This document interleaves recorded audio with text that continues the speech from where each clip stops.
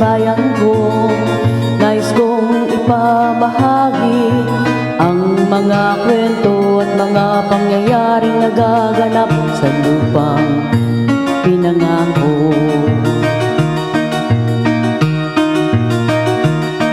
Ang lupang pinanggalingan ko'y may bahid ng dugo, may mga lorong di makalipad na sa hawlang ginto, may mga punong walang dahon, mga pusong di makatibok sa mga pangyayaring nagaganap sa lupang pinangako.